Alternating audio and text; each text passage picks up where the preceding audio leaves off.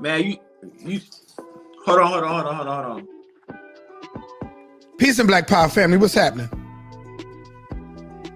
Salute, Sauce. See, you got that motherfucking light in the background and shit. Y'all know the Telescope channel? Neighborhood Show, you know the Telescope channel? The Telescope channel, shout out to you, man. Hit that like button, y'all niggas get to class. Don't listen to the Telescope channel. He's a fool. Let him die by himself. Subscribe to the Telescope channel. You got a lot of if you like to get into intellectual shit as well, he got a lot of dope content. You know what I mean? Check his channel out. He opened he asks a lot of deeper questions, a lot of, how you call it? He opens discussions. Like, he make that type of content.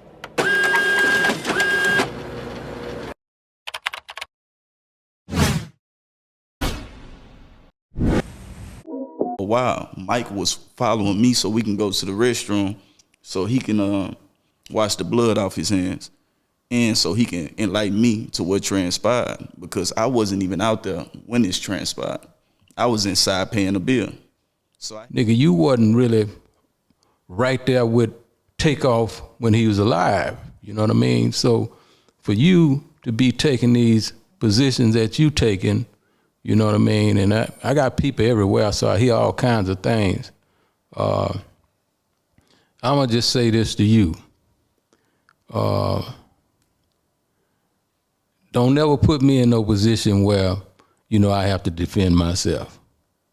You know what I mean? That wouldn't be healthy for you. I see what I'm saying. I thought. No, so, you know what I'm saying? You done fucked up now. You know that, don't you? Yeah. How dare one of y'all niggas even speak on me and Tate relationship, nigga? I don't know you niggas from a can of paint, nigga. Y'all niggas don't know how me and my brother rock, nigga. You trying to clear your face, nigga. This your 5th interview, nigga. You done did about my brother, nigga. You ain't think about his mama. You ain't think about the family, nigga. We ain't said nothing. Ain't nobody said nothing but you niggas. You niggas, man, who y'all niggas think y'all nigga is? John got it, nigga. Ain't nobody going for none of that.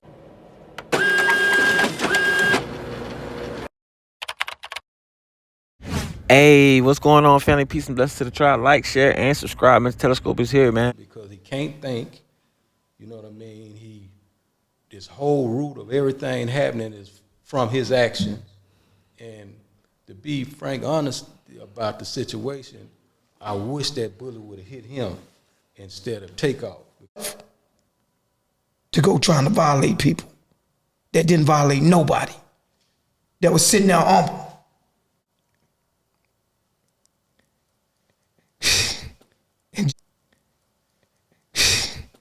And just that my family is being betrayed, you know what I'm saying, behind someone that we care about and love also as brothers. That's the disrespect. a while, Mike was following me so we can go to the restroom so he can wash the blood off his hands, and so he can enlighten me to what transpired, because I wasn't even out there when this transpired. I was inside paying a bill. Ran back inside the bowling alley, but there is no video evidence showing firing a gun. Now, just this little piece of who he's saying, this when he put my son's name in his mouth. From right here, a large black male with the victim's group later identified as Willie Bland is seen either striking or... No. Let's go to Paul where he say who gave him a gun and all that kind of stuff. Willie Bland further stated he initially obtained the gun that he discharged from JPrince, who was hosting the group, including Willie Takeoff and Quavo, while they visited. Hey, man, peace and blessings to the tribe. Like, share, and subscribe, family. Y'all already know. Y'all already now watching the Telescope channel. And remember, man, they said it. Now we speaking on it. I'm at the Telescope, and you already know, man. Y'all watching this Telescope channel. So just getting straight into this news as we usually do. You know what I'm saying? You know, I got to send my blessings to y'all first. But the word of the day, man, I think the word of the day might be attention. You know what I'm saying? And the reason I say attention is because obviously we can see that the brother JPrince Sr. is seeking attention. He's always been an attention seeker. It runs in his seed's bloodline. It runs in his little pup's bloodline. You know, JPrince Jr. want attention. You know, the only one I can say that actually don't want attention is Jazz, but Mike Prince want attention, you know. So we watching this whole thing unfold, and I think that everybody is seeing these players for who they really are. You know what I'm saying? These characters for who they really are, and that's what it is, characters.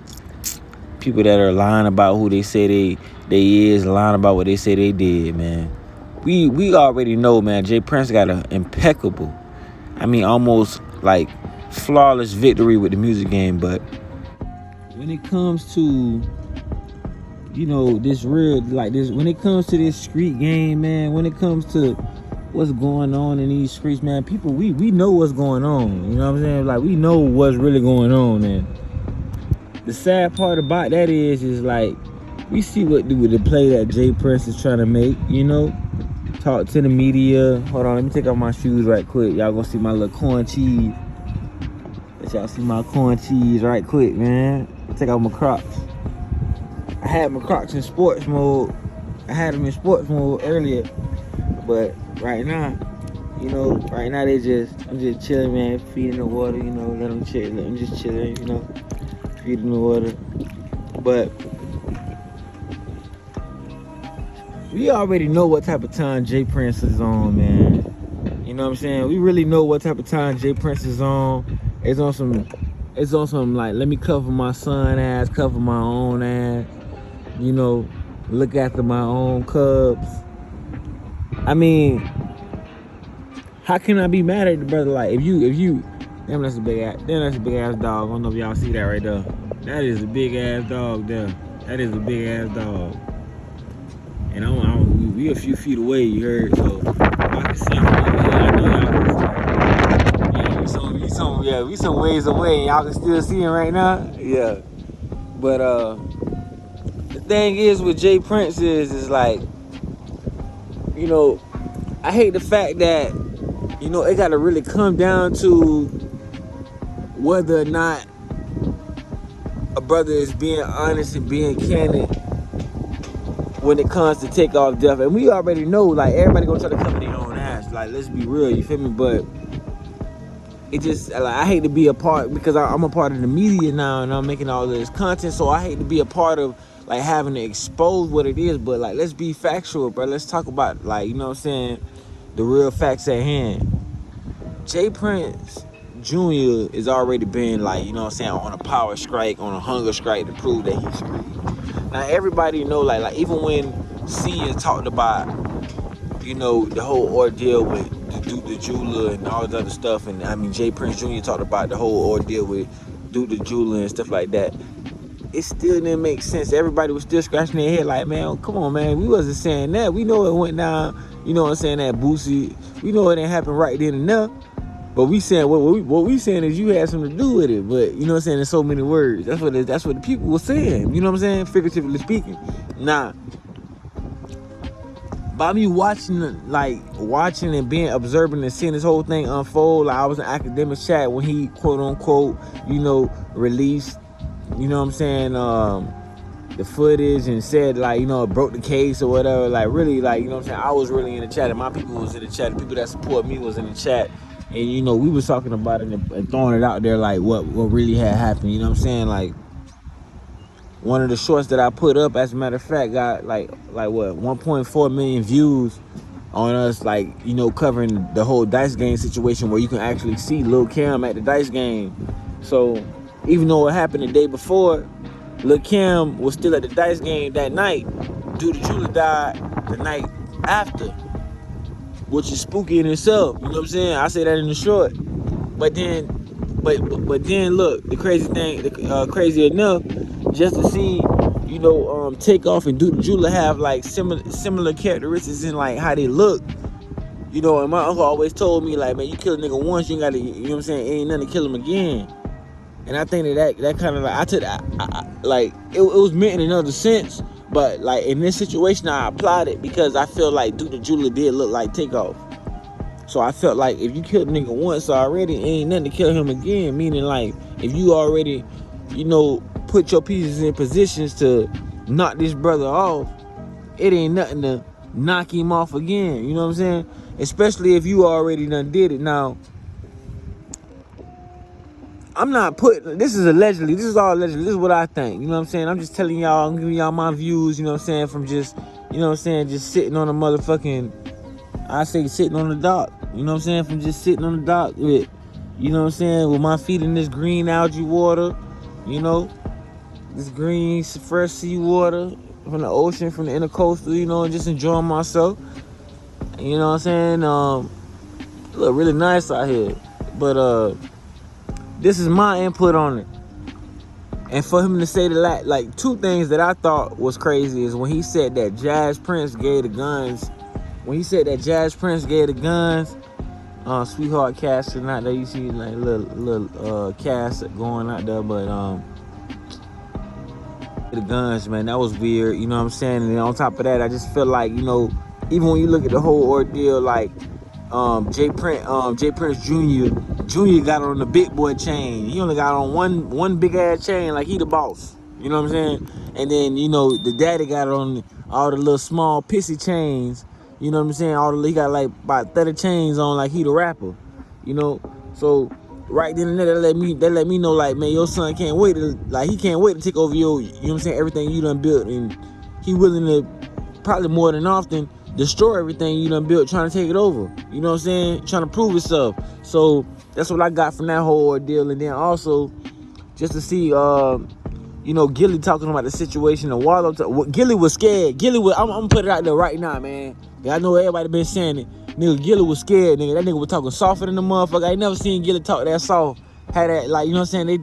They decreased the bass. You know how you decrease the volume? Niggas turned the bass down in Gilly voice. You hear me? Niggas twisted knob and turned the bass down in Gilly voice. But Wallow was still keeping it 100. And I guess that come from, you know, doing 20 years in the pen. This brother was willing to be 100.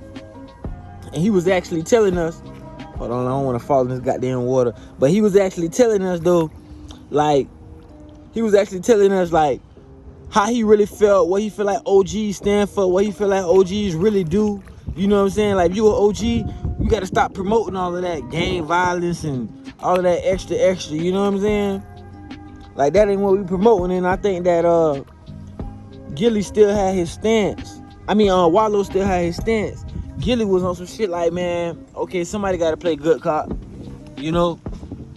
But with that being said, I do think that it was like some tension in the room, like, okay, let me watch what I say. You know, I can say this, I can say that. I probably can't say this, I probably can't say that. You know, it was some tension in the room, but you know what I'm saying? By everybody, you know, seeing this interview, I think everybody thought the same thing, man. Like, with dude fake crying and the whole scripted crying and shit, like, everybody thought, like, man, yeah, man, these boys just trying to save face, man. These boys just trying to save face. You know what I'm saying? If the streets ain't on their ass, you know what I'm saying? The law on their ass, and you know, it's really just like a cover up at this point. You know, it's something to really like just save face and cover face, man, so they can keep on getting fat, so the hog keep on getting fat.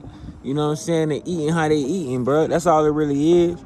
You know what I'm saying? Niggas been eating off the hog, niggas been getting fat off the hog, getting fat off the land for a long time. So, you know, niggas don't want to leave that shit alone. And by them leaving that shit alone, that means that what? We gotta leave all this atmosphere, all these mansions, all these boats and yachts, and all this luxurious stuff that we got. Yeah, this shit gotta be done with. I gotta go do some time. I might have to lay down for about 20 years. You know, I don't think that them boys ready for that, and that's why I think that nigga ain't really come out snitching just yet. But pretty much niggas like, you know, you see the boat sinking already, man. You niggas like, man, yeah, my son ain't do that, man. This nigga did it. Here with the paperwork saying this nigga's, you know, talking, and that's what's going on right now. And you know, to be real with you, I just don't understand why Senior is doing all this talking in the why is JPrince Senior doing all of this talking, even though he represented Rap a lot and it's his name. Why are you doing all of this talking in these interviews? Because it's really making you seem like you just trying to save face for your son. Not only that, it's making people seem like, come on, bro, you wasn't even there. What, like, how you knew everything? What you saying that JPrince told you that? You might as well come out and say it. Because if that's the case, then if you ain't telling us that JPrince told you this, JPrince Jr. told you this, then you shouldn't even be talking or telling us this. Why? Because you wasn't there. You wasn't at the scene. So, in so many words, it's like he's saying, like, you know, JPrince Jr. told me this. My son told me this. Now they might try to play the game, the flip the role game of my son didn't tell me this, my son did tell me this, or whatever the case may be with the logging involved. But, you know, we just want to know the truth, man. You know what I'm saying? There's a lot of people out here that really love Takeoff and that, you know what I'm saying, love what bro represent, man. Bro was a humble dude. We needed more humble dudes in the game. And, you know, bro was one of those cats, you know what I'm saying? And there's a lot of people out here that love him. So we just trying to find out what's going on with the situation, man. We watching just like everybody else, man. We reporting on it just like everybody else. So with that being said, man, remember, man, they said it, and I'll be speaking on it. I'm at the telescope, touching the water, you know what I'm saying? And you're now watching the Telescope channel. Salute, man, love y'all. Ran back inside the bowling alley, but there is no video evidence showing firing a gun. Now, just this little piece of who he's saying, this when he put my son's name in his mouth. From right here, a large black male with the victim's group later identified as Willie Bland is seen either striking or... No. Let's go to Paul where he say who gave him a gun and all that kind of stuff. Willie Bland further stated he initially obtained the gun that he discharged from JPrince, who was hosting the group, including Willie Takeoff and Quavo, while they visited Houston. Willie stated that he had asked Jazz for a gun, and Jazz provided him with one that was in the truck. Now listen at that. Now, Quavo, as I stated, is Jazz's brother. So of course, Jazz don't mind making sure, you know, the homie got some heat, because we understand that what goes on, right? But now you got this clown, you know, and I don't know how it ended up in his hand, you know, but it ended up in his hand. This clown is saying somebody want to rob him that gave him a gun. Why would you give a man a gun and try to rob him? You know what I mean? This shit just don't add up and make sense, man, is what I'm getting to. And I'm just trying to get people to realize how big a damn fool this dude here is, and now he ratting all over the place and ran back and, you know, and bust shots and ran to the airport and ran his ass back immediately. You know what I mean? He didn't care nothing about the homie Takeoff. As soon as he done that, he went straight to the airport and tore ass home. But I'm gonna leave you with all this paperwork, and you can look at it later on.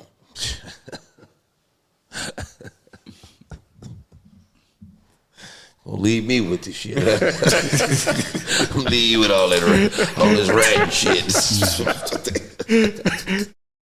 Leave me with this shit. I'm leave you with all this rat shit. Y'all going to Atlanta, right? Yeah. Yeah, but that's what I love about $1 Million Worth of Game, because, you know what I mean, we ain't about that fake shit, and we want to let it be known, whatever it is. You know what I mean? You know, let that shit, definitely when it comes to these rats, we can't protect them kind of individuals. I'm going to say this, like, I think we living in a... And the whole lot of little nigga, you can't impose no muscle. I used to specialize in that shit. Hit me, big nigga, so I can deal with your ass. You know what I mean? So you have to, like, understand that niggas ain't thinking about fighting you no more. The power and not use it. And when I think about the machine my homie P them got out there in Atlanta, you know what I mean? I went, you know, we flew to Atlanta. You know what I mean? I talked with the homie head up. I talked to Quavo head up. You know what I mean? Since this situation happened. And that's power. And what I'm thinking about right now is I would have loved to have seen somebody with his team here with Quavo versus, you know what I mean, one of them other people, man, that don't know how to think. So if you got access to power, it's important to use that access. A lot of times, you know, we evolve in different things and don't understand the value of different situations because you ain't from there. You know what I mean? And money don't make you be from there. You know what I mean? Just you can have $1 billion and not have that street cred or the knowledge and different things because you ain't live that. Right. You won't see different things coming it'll hit you right smack in the goddamn center of the head. And you won't never see it coming because you ain't been trained, you know what I mean, to even see that. It's an unfortunate situation, and our condolences are with the family. Absolutely. So much, and that's just the humble side of us, you know. And we've been very humble and respectful. Soon, but this Offset dude, I ain't gonna leave him out. You know, I'm just real like this, you know, because, you know, niggas be throwing rocks and hiding their hand, right? They be throwing rocks and hiding their hand, and I don't like them kind of individuals, you know. And the truth of the matter is, you know, one can dance and different things in front of these different cameras and all that kind of shit, and when reality, the truth of the matter is, you know, nigga, you wasn't really right there with Takeoff when he was alive. You know what I mean? So for you to be taking these positions that you taking, you know what I mean? And I got people everywhere, so I hear all kinds of things. I'm gonna just say this to you. Don't never put me in no position where, you know, I have to defend myself. You know what I mean? That wouldn't be healthy for you. And, you know, I have to say that. I hate, but it's $1 million worth of game. You know what I mean? It's $1 million worth of game, and I'm going to give it to him right on $1 million worth of game, because I ain't going to throw rocks and hide my hand. I'm going to just let it be known, you know, to him, because I hear what's being said. And it's all love after that. Peace. Well, it's just like that. Right. Salute, family, man. And now that we over that, man, we done seen a little bit of content. I had to throw it up there for the people that didn't see it and react to it or whatever. You know what I'm saying? I had to just go ahead and do this little reaction to it or whatever. But for the people that didn't see it, I threw it up there. You know what I'm saying? Just for y'all, I have to go search for it. But if you do want to go watch the full interview and the full context of the interview, go check out $1 Million Worth of Game and look up the JPrince interview, $1 Million Worth of Game. But it's a lot of things that I took out of the interview and I clipped it because I thought that these were very key points and key points where things stood out to me. Like when he said, you know, he had to give it to Offset, and I kind of feel like he didn't give that, like his last words were he had to give it to him like that. He had to give it to Offset. I feel like he didn't give it to Offset. I feel like he gave it to us, the people, you know, because like Offset said, and I was going to post the Cardi B snap backstage footage snapping on Offset and Quavo, saying they both wrong. I was gonna post that. Might still throw that in there. And I was gonna post the Offset video, and I might still throw that in there at the end. But the video is already kind of long, so just getting straight to the point. I feel like he gave it to the people when he put that out there and said, you know, it wouldn't be healthy. You know, as well as along with all of the, like, you know what I'm saying, the threats and stuff like that.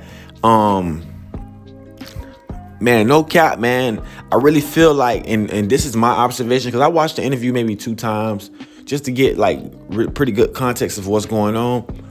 I feel like that interview wasn't really made for JPrince Jr. I don't think that he was. I think that it was obviously prepped. I don't think that he was going to talk to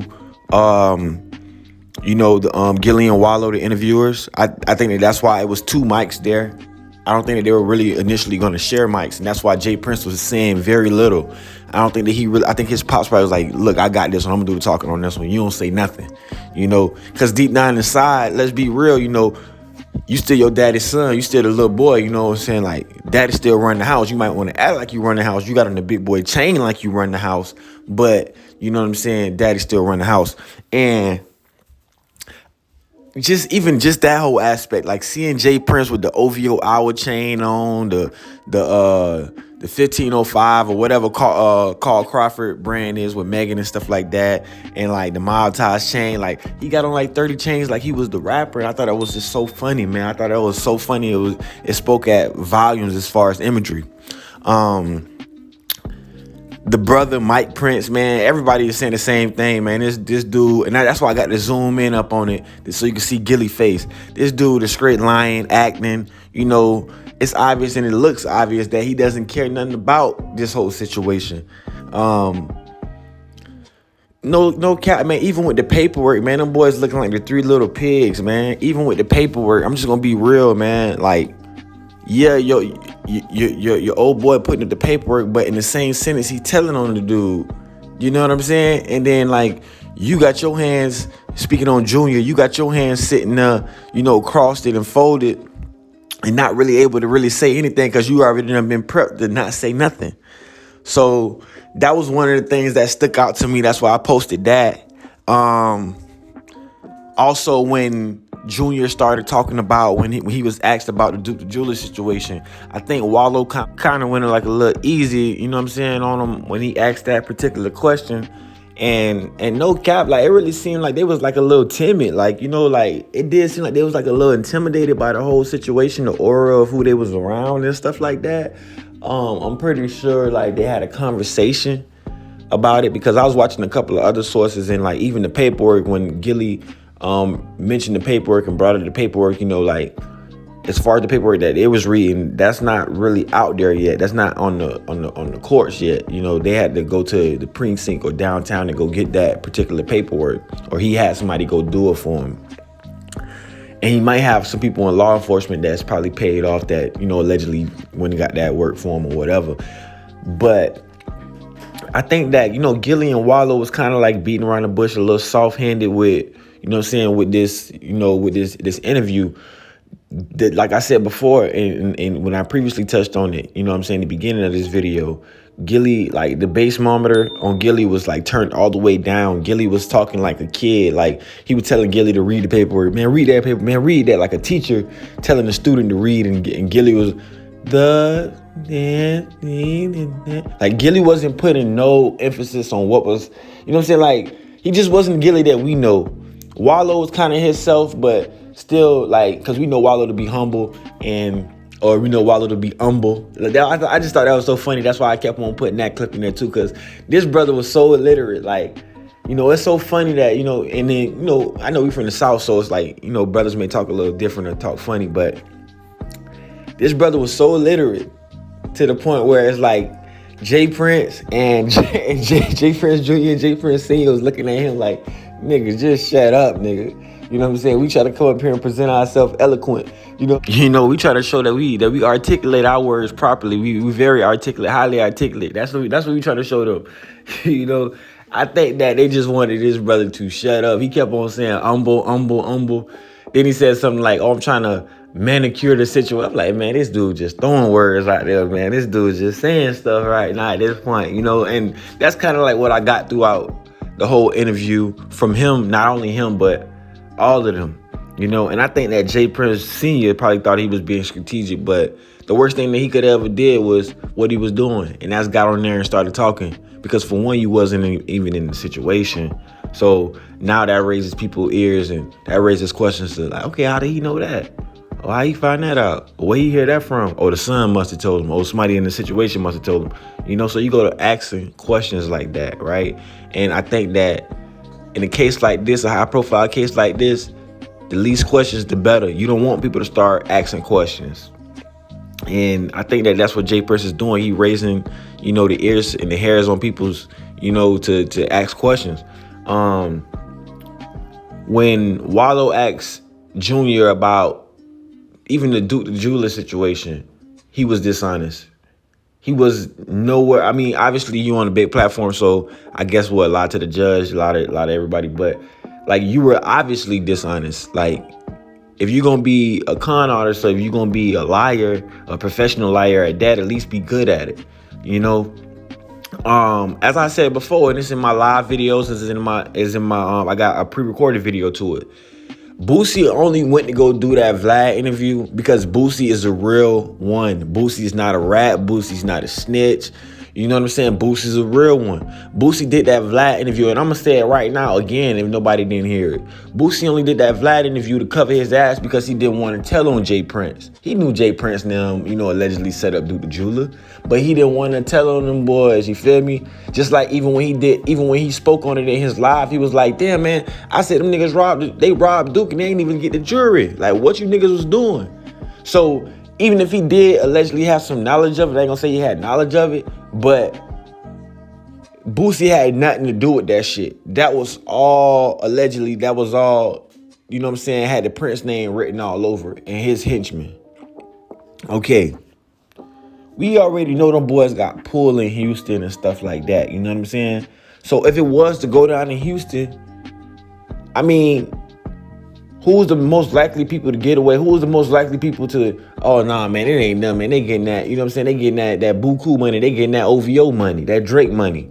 And I can't, even speaking for Drake, which I know I probably can, but even speaking on Drake, which I can do, I can speak on him, not speak for him. But even speaking on Drake, if I was that brother and I was in his position at the height of my career, man, I wouldn't even want to be having no ties to that shit. But at the same time, when you think about Drake and his personality and his persona, look who he is. Like, he grew up the good kid, you know what I'm saying? Never really, was known for, problematic stuff and, you know what I'm saying, troublemaker or whatever. So that type of street cred for him, in a sense, is good. Even if it goes way left, it's still good for him because it's still some form of street cred in a sense, right? Like, you don't seem so soft, or people know that you got grimy or slimy niggas backing you. So things can get ugly, right? But to their point, when you in the streets and you're moving slimy like that, if you a street nigga dealing with street niggas, that's not a good look.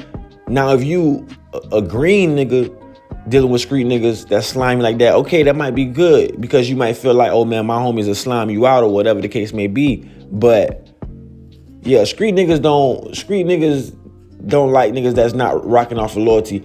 Ironically, when everybody get locked up, then niggas don't rock off of loyalty. But just saying from the jump and from the the initiation of the relationship, street niggas is not going for that. It was funny that it was just funny how he was portraying himself to be, so solid and stuff like that when everybody can literally see that he's lying straight through his teeth. And he was also curving the narrative. We know that was Boosie part. You didn't even have to say Boosie name, really. We know, the internet know, the world know that was Boosie, little party or whatever. He was having a concert. Boosie had an event and stuff like that. But our thing was why was this nigga all up on you for you to say you don't know him, and a nigga dealing with that type of money, that's having that type of jury? You ain't really no nigga that's out there on Front Street like that. Like, you ain't no Boosie. I would say that a nigga will want to stand next to the artist before they want to stand next to you. Shit, I say that. I mean, I know that. We all know that, And I mean, Boosie ain't even, and Boosie is like a legend. Boosie ain't even no regular artist. So niggas gonna want to be all up on the Boosie before they gonna want to stand next to, JPrince. Let's be real. You know what I'm saying? He looked like come off like a old bougie ass nigga, like one of them niggas that feel like, he got it all figured out, he better than you, or you know what I'm saying? Like one of them sassy ass niggas, man. You know what I'm saying? I feel like he tried to be extra humble on that podcast, but we all know, you know what I'm saying, Junior personality, man. You know what I'm saying? He's definitely a narcissist, braggadocious. We know how Junior move, man. But the thing is with this whole interview was that I was wondering why the hell is, JPrince speaking so much and JPrince Jr. speaking so little and JPrince Sr. speaking so much. It was just kind of backwards. And if you notice the whole setup for the podcast, I mean, this is $1 million worth of game. If y'all, it's 5 people on the panel. If y'all can't get 5 mics, shit, something wrong. So I know them boys can go up the street to a Walmart or something like that and get another mic stand and get a mic. It wasn't that. What it was they was already spoke to. Plus, you gotta remember they in Houston. So by them being in Houston, not only is you know what I'm saying, I'm pretty sure Gilly and Wallow probably had a little security or whatever, but still though, nigga, y'all at risk. Y'all can get y'all van shot up on the way to the airport. Y'all can have another gig or doing something else, and you know what I'm saying. Y'all can get the spot hot or whatever. My whole thing was like, why the hell is this dude talking so much? And that's when it hit me. Click, boom. They done prepped them. They done already talked before the camera started rolling on, and we see what we see. They done already prepped them. And salute to Wallow and Gilly for leaving that last little piece in there. Salute to them for leaving that last piece in there that we can really see how he feel about Offset. We can really see how sinister this old ass man is. You know what I'm saying? Any old person that's cursing like that and using profane like that, speaking all vulgar like that, man, you know what I'm saying? You know that they got some skeletons in their closet, or they'll do some slime ball shit that a young person would do. Any old ass person that's talking like that. I learned that. Like, if you talk to an old person and they don't really curse like that, you know what I'm saying? They may have like learned something, or they may have some good in them. You know what I'm saying? It may be some genuine in them. But an old ass person that's cursing like that, you know what I'm saying? Like, yeah, you know, like, oh yeah, this motherfucker probably be going to the strip club, would go to the strip club. This motherfucker probably will steal from you, get your ass killed, anything, delete it, whatever you want to call it. You know what I'm saying? This nigga probably might try to hit on your baby mama. You know, these type of old ass cats, like, you got to watch out for, because they still think that they're young. Now, a lot of people will bypass what the message and stuff like that, what Wallow and Gilly was saying, but really figuratively speaking, I think that they was talking in third person, right to the people that they was sitting next to. And like I said, Junior wasn't meant to talk. Junior didn't come and do the interview to talk. That's why they only had 4 mics. It was already prepped to them like, hey, look, Junior not gonna say nothing. If he do say something, he not gonna say much. You can ask him, you know, okay, Wallow probably was like, oh, can I ask you about the dude? Oh, yeah, you can ask us about that, whatever. I'm gonna be brief about it, but yeah, you can ask us about that or whatever. People wanna know, you know. So it was already, you know, brief to them that like Junior is not finna say much. This interview is for me speaking on Prince Senior and my brother Mike Prince. That's what it's for right now. That's who's gonna be doing the talking. And that's really honestly how I think it unfold. But if y'all think, oh yeah, also I want to throw this out there too before I leave y'all. I also seen him ask Gilly. He said, after he gave him the paperwork, Gilly was like, he tried to leave Gilly with the paperwork. Gilly was like, I want all this rat ass shit. You know what I'm saying? Like, pretty much trying to involve Gilly into the whole thing, or use Gilly as, let's say, a megaphone to get his voice out there to the masses. He then steps and goes an extra mile. And you got to remember, niggas listen to Whack 100. Niggas hear what Whack 100 be saying and stuff like that. When they seen, and niggas listen to Hassan Campbell too. You feel me? When they seen Hassan Campbell go crazy about how Whack said that he be extorting or, you know, allegedly pushing $1 million worth of gang, Gilly and Wallow to do stuff for him or do interviews for him or whatever like that. I mean, that's when they came with it. You know, we in this generation we tend to forget very quickly. I wanted to say it was funny that, and that's why I threw that little clip in there. It was funny that he put, oh, Gilly, are you gonna be going to Atlanta tomorrow, right? Like, okay, if you're going to Atlanta tomorrow, make sure you take this work with you. You get what I'm saying? You going to Atlanta tomorrow? Okay, make sure you take this work. That was funny because I felt like he was trying to use Gilly as a megaphone to get his message out, or his rhetoric or his narrative out to the masses. With that being said, man, that's really all I can really say on it. You know, it's a couple more things I can say on it too, but I don't want to prolong this video too long. It's already probably gonna be like 30-40 minutes. So I hope you guys enjoy. When y'all sit down and watch this or whatever like that, make sure you hit the like button. Also, after watching the whole thing, y'all get in the comment section and tell me what y'all think, man. You know, do y'all agree with some of the points that I have? Drop some of the theories that y'all have inside of the comment section. Oh yeah, and salute for all of the love that I've been getting on the clip when I actually exposed that Lil Cam was at the first dice game that Duke the Jeweler died at. Lil Cam was right next to JPrince Jr. at the dice game that Duke the Jeweler died at. or he died the next day, but still, like, it's nothing for you to scope out the scene one day and then hit a nigga the next day. You get what I'm saying? And even to that point, I remember hearing JPrince Sr. I keep on trying to close out, but I keep going. I'm sorry, y'all. But I keep on hearing, I keep on thinking about hearing JPrince Sr. say, why would we give a nigga a gun and then rob him? You asked us for a gun, we gave you a gun, but why would we give you a gun and then rob you?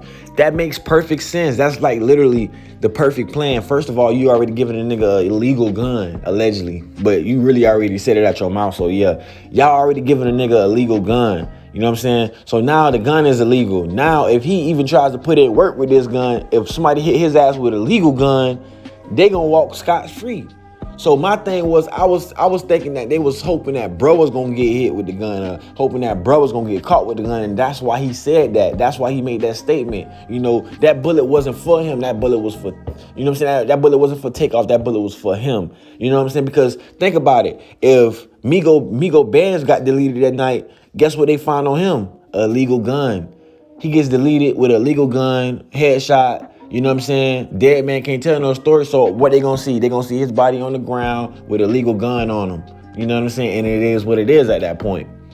So y'all, that's just, I got so many theories, man. There's so much, you know, stuff that's cultivating through my mind right now. I'm writing down all of these notes. I'm going through them like crazy. I got all of these clips. So, man, salute to y'all, man. Like I said, man, they said it. Now we speaking on it. I'm Mr. Telescope, and you're now watching the Telescope channel. Make sure that you guys hit that like button. Jump in that comment section. I want to see y'all theories and see what y'all think or whatever like that about this whole ordeal. For the people that watched it, let me know what y'all think. For the people that didn't watch it and you got enough from watching the clips in here, let me know what y'all think from the clips, man. Salute. I love you guys, man. Telescope, go.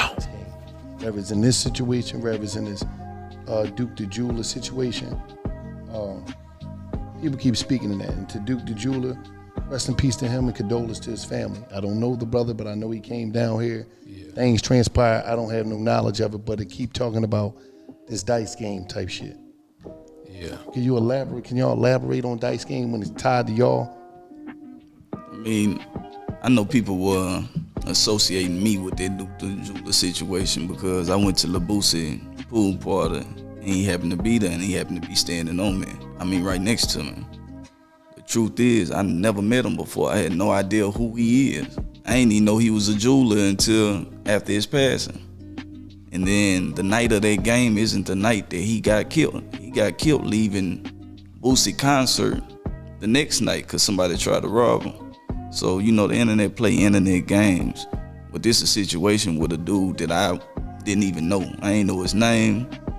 I had no knowledge of him. I ain't know he was from Chicago. I ain't know he was a jeweler until social media started trying to point a finger because he was standing next to me, and it's just unfortunate that something transpired after another dice game, but neither incidents had anything to do with a dice game. Yeah, and you know, niggas gonna gamble, man. Hey, first off, y'all niggas speaking on my real brother. I don't know what y'all niggas got, what the fuck y'all niggas got going on. Y'all niggas speaking on my real brother. How dare one of y'all niggas even speak on me and Tate relationship, nigga? I don't know you niggas from a can of paint, nigga. Y'all niggas don't know how me and my brother rock, nigga. You trying to clear your face, nigga. This your 5th interview, nigga. You done did about my brother, nigga. You ain't think about his mama. You ain't think about the family, nigga. We ain't said nothing. Ain't nobody said nothing but you niggas. You niggas, man, who y'all nigga think y'all nigga is? John got it, nigga? Ain't nobody going for none of that, bro. I ain't studying none of that shit y'all nigga talking about either. And if you heard something from me, I'ma tell you it's gonna come from me. Call my phone. Y'all nigga going off of he say, she say. Then y'all nigga supposed to be this is who y'all supposed to be. And y'all nigga on interviews and it out on the interview. Talking about, I said that, nigga, call my phone, homie. You call my phone, we'll have a conversation. They gonna talk about all that plant internet games. Cardi B.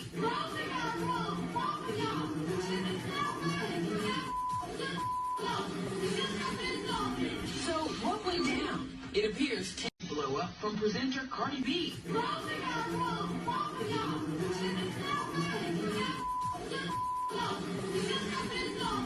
So what went down?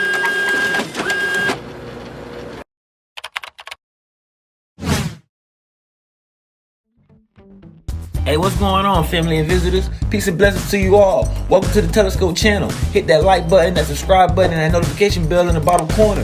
Here at the Telescope channel, we're going to be diving in from everything from music to religion, sports, and all other current events. Subscribe to the channel so you can stay updated. Let's go get it in.